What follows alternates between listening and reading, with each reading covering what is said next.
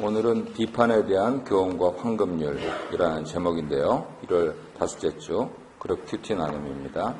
지난주 말씀 인도 받으신 것 서로 나누시면 좋겠고요. 초신자들이 있을 때는 지금 살아오면서 부모님께 받은 선물 중에서 제일 기억에 남는 게 무엇이 있었나 하는 부분들 얘기해 보라고 하면은 아마 즐거운 시간이 되실 것입니다. 마음 열기를 그렇게 하시고요. 예수님의 산상수훈은 5장부터 7장까지 이어집니다. 이 가르침은 천국 복음의 핵심적인 메시지고 이 땅에서 예수님의 제자들과 교회가 어떻게 살아야 할지를 가르쳐주는 하나님 나라의 통치 원리와도 같습니다. 오늘 본문은 1절부터 6절까지는 상대방과의 관계, 7절부터 12절까지는 하나님과의 관계를 집중적으로 설명하고 있습니다. 아주 재미있게 그렇게 멋있게 풀어놓으셨습니다. 이웃과의 관계, 하나님과의 관계, 그래서 절반씩 나누어서 말씀하신 것이다. 이렇게 현대 신학의 발전함에 따라서 저도 새로운 표현으로 아주 준비하면서 은혜롭게 들었습니다. 말씀과 나눔 보겠습니다. 비판을 위한 비판은 상대방뿐 아니라 자신을 해치는 무기가 됩니다. 관계가 없는 삶이 존재하지 않듯이 상대방을 비판하면 언젠가 나도 비판을 받게 됩니다. 자신을 먼저 성찰하고 반성하는 것 없이는 진정한 변화를 경험할 수 없습니다. 왜 우리는 함부로 상대방을 비판하면 안 될까요? 우리가 비판하는 그 비판은 반드시 우리 자신을 비판하는 내용으로 되돌아오기 때문입니다. 그렇다면 신앙의 원리는 항상 자신을 먼저 돌아보는 것입니다. 내 눈 속에 들보를 보는 것이 먼저입니다. 우리 눈 속에는 들보는 무엇입니까? 그런 들보가 있을 때 우리는 상대방을 어떻게 인식하게 될까요? 우리 눈에 있는 들보는 우리의 죄성과 연약함이며 그런 눈으로 상대방을 보는 것은 곧 우리 자신을 보는 것과 같습니다. 어제도 대여섯 번 부부싸움을 할 수 있는 가능성이 있었는데 조용히 대꾸를 안 함으로써 넘어갈 수가 있었습니다. 그래서 결국은 남자는 살면서 말이 없어지는 게 훨씬 유익하다 하는 것을 삶을 통해서 또 경험을 했거든요. 괜히 말대꾸하고 부부싸움 하지 말고 조용히 주는 밥 먹고 그리고 열심히 건강 주실 때 일하고 자녀손들의 효도를 받는 게 지혜다 라고 그렇게 느꼈습니다. 그렇다면 여성들은 무엇을 해야 될까? 그것을 교회 다니는 여성들은 잘 생각을 하셔야 됩니다. 남편에게 순복하라.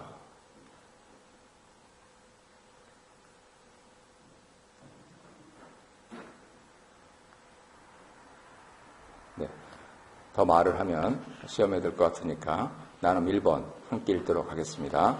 비판이라는 단어는 사물의 옳고 그름을 가려 판단하거나 밝힌다는 사전적 뜻을 가지고 있습니다.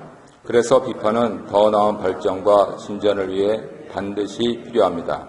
그러나 비판을 하기 전에 내 안에 옳고 그름을 구별할 수 있는 분명한 진리가 있느냐를 우선시해야 합니다. 예수님의 진리가 모든 것을 판단하도록 하기 위해서는 나에 대한 성찰이 선행되어야 합니다. 이것이 겸손입니다. 사람을 살리는 비판이 있고요. 사람을 죽이는 비판이 있습니다. 예수님도 하나님 권위에 도전하거나 예수님의 메시아 되심, 그것을 부정하는 바리새인들과 종교 지도자들을 거침없이 비판하셨습니다. 심지어 욕하셨습니다. 그 비판은 그들을 죽이기 위함이 아니고 깨달음을 통해서 진리를 보게끔 하는 비판이었습니다. 그래서 비판의 근거는 사랑의 말씀이어야 합니다. 아내가 남편에게, 남편이 아내에게, 부모가 자녀에게, 자녀가 부모에게 진심으로 사랑하는 그러한 비판은 성립한다는 말씀이죠. 그래서 예수님의 진리가 모든 것을 판단하도록 하기 위해서는 나에 대한 성찰이 먼저 있어야 합니다. 이것이 우리가 갖추어야 할 겸손인 것이죠. 왜 말대꾸를 안 합니까? 나도 자신이 없어졌기 때문입니다. 잘 모를 때는 얼마나 자신감이 충실한지요. 하지만 살아갈수록 결국은 하나님께 돌아가는데 그걸 구태여 뭐 지금 이렇게 하는 생각이 들수록 점점 더 이렇게 겸손해지고 온유해지고 하는 것이 신앙생활이라 보여집니다. 2번 보겠습니다. 예수님의 가르침 중 오늘 본문은 황금률이라 불리할 만큼 매우 중요한 메시지를 담고 있습니다. 단순히 기도를 열심히 하라는 명령이 아니고 우리의 기도를 들으시고 응답하시는 하나님 아버지는 누구신가에 대한 내용으로 본문 말씀을 이해합니다. 우리는 왜 구하고 찾고 두드려야 합니까? 좋으신 하나님께서 주시고 찾게 하시고 열리게 하실 것을 믿기 때문이지요. 신앙은 그런 점에서 적극적으로는 하나님을 믿는 것이고 행동하는 것은 어떤 점에서는 굉장히 소극적입니다. 부정적이 아니고요. 하나님께서 주시고 찾게 하시고 열리게 하는 것을 받는 것입니다. 그것이 신앙생활입니다. 그렇게 기도할 수 있는 근거는 무엇입니까? 11절에 보시면 이 땅의 아버지와는 비교할 수 없을 만큼 좋으신 하나님의 성품과 능력이죠. 그래서 유대인들은 육신의 아버지가 하늘 아버지를 깨닫게 하는 것이 가장 좋은 아버지 되는 길이다라고 가르치고 있습니다. 3번 보겠습니다. 우리의 기도에 응답하시는 좋으신 하나님은 우리가 어떤 삶을 살기 원하십니까? 우리에게 좋은 것을 주시는 하나님을 닮아서 남에게도 좋은 것으로 대접하는 삶을 살라 하는 것. 그것을 좋아하신다는 것이죠. 그러니까 오늘 7장 1절부터 6절까지 비판하지 말라라고 말씀하신 것이 결국은 오늘 현대적인 심리학적인 용어로 하자면 남을 배려하고 또 남 입장에서 생각해보고 또 남에게 좋은 것을 해주고 라고 이렇게 바꿔서 말할 수도 있겠습니다. 왜냐하면 하나님께서 좋으시니까 우리도 좋으신 하나님을 믿는 좋은 사람들로서 좋은 것을 주는 것이 옳다라고 그렇게 정리할 수 있기 때문입니다. 나는 2번 함께 읽겠습니다. 구하고 찾고 두드리는 것은 그것을 들어줄 대상이 있다는 뜻입니다. 그래서 내가 아려는 소원을 들어줄 대상을 아는 만큼 그 소원의 내용도 결정되는 것입니다. 내가 얼마나 열심히 구하고 찾고 두드리냐가 중요한 것이 아닙니다. 들으시고 응답하실 하나님이 누구인가를 아는 것, 그분과 어떤 관계를 맺고 있느냐가 중요한 것입니다. 알지 못하고 구하는 것은요, 어떤 점에서는 우리 욕심을 채우기 위한 수단이 될 가능성이 많습니다. 우리에게 기도라고 하는 그러한 소통, 커뮤니케이션의 도구를 주신 이유는 하나님께서 우리와 더욱 친밀한 관계를 맺고 그것을 원하시기 때문인 것이죠. 커뮤니케이션이라고 하는 것은 듣는 것입니다. 어려운 말로 경청이라고 하지요. 상대방의 의도와 마음을 헤아리기 위해서는 상대방의 말을 먼저 들어야 합니다. 듣지 않으면 추측과 억측을 하게 되는데 그런 관계는 절대로 친밀해질 수가 없습니다. 하나님 우리 기도를 들으십니다. 그런데 우리는 어떻게 기도를 드리고 있느냐 하는 것이죠. 하나님 말씀에 귀를 기울이고 있느냐 하는 것이죠. 오늘 가서 우리 교회는 묵상기도합니다 라고 말씀을 드리고 싶습니다. 그렇다면 왜 그런 말을 할 수 있을까요? 우리는 내 기도를 먼저 드리기 전에 하나님 말씀을 먼저 듣기 때문입니다. 아니면 흔히 기도를 그렇게 하듯이 일방적으로 통보하듯이 그저 쏟아놓기만 하는 것인지요.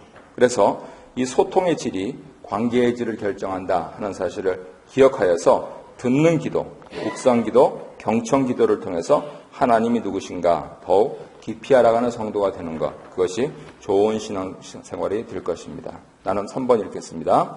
하나님은 아버지십니다. 보통 아버지들은 자녀들보다 힘도 세고 더 많은 것을 가지고 있습니다. 그러나 그런 것들은 아버지와 자녀의 관계보다 중요하지 않습니다. 하나님은 우리를 가장 잘 아시고 우리에게 진정 필요한 것이 무엇인지를 우리보다 더 잘 아시는 아버지시지 큰 능력을 가지고 소원만 들어주는 램프의 요정이 아닙니다. 하나님은 나에게 아버지십니까? 아니면 램프의 요정입니까? 그래서 흔히 오해하듯이 신앙을 힘세고 능력 많은 신을 조종해서 내 소원을 들어주게 만드는 것이다 라고 이해하시기보다 긍휼과 사랑으로 은혜를 베푸시는 하나님 앞에서 우리 소원을 내려놓고 하나님 뜻이 무엇입니까? 그것을 내가 따르겠습니다 라고 하고 자기를 부정하는 것이죠. 과연 하나님은 램프의 요정으로 오늘 아침에 여러분에게 다가오십니까? 아니면 여러분을 지으시고 여러분을 구원하신 그러한 아버지로서 여러분에게 다가오십니까? 내용적 정리도 아주 잘 해놨는데요. 힘과 친밀함에 대한 그러한 대비로 정리를 해놓으셨습니다. 한 걸음 더 나아가자면 힘과 함의 관계로 그렇게 오늘을 생각하시고 정리하시면 좋겠습니다. 세상에서는 파워를 가지라고 하지만 성경은 우리에게 행하라고 하십니다. 프랙티스를 하라고 하십니다. 결국 얼만큼 실천하느냐가 우리의 진정한 영역이 될 것입니다.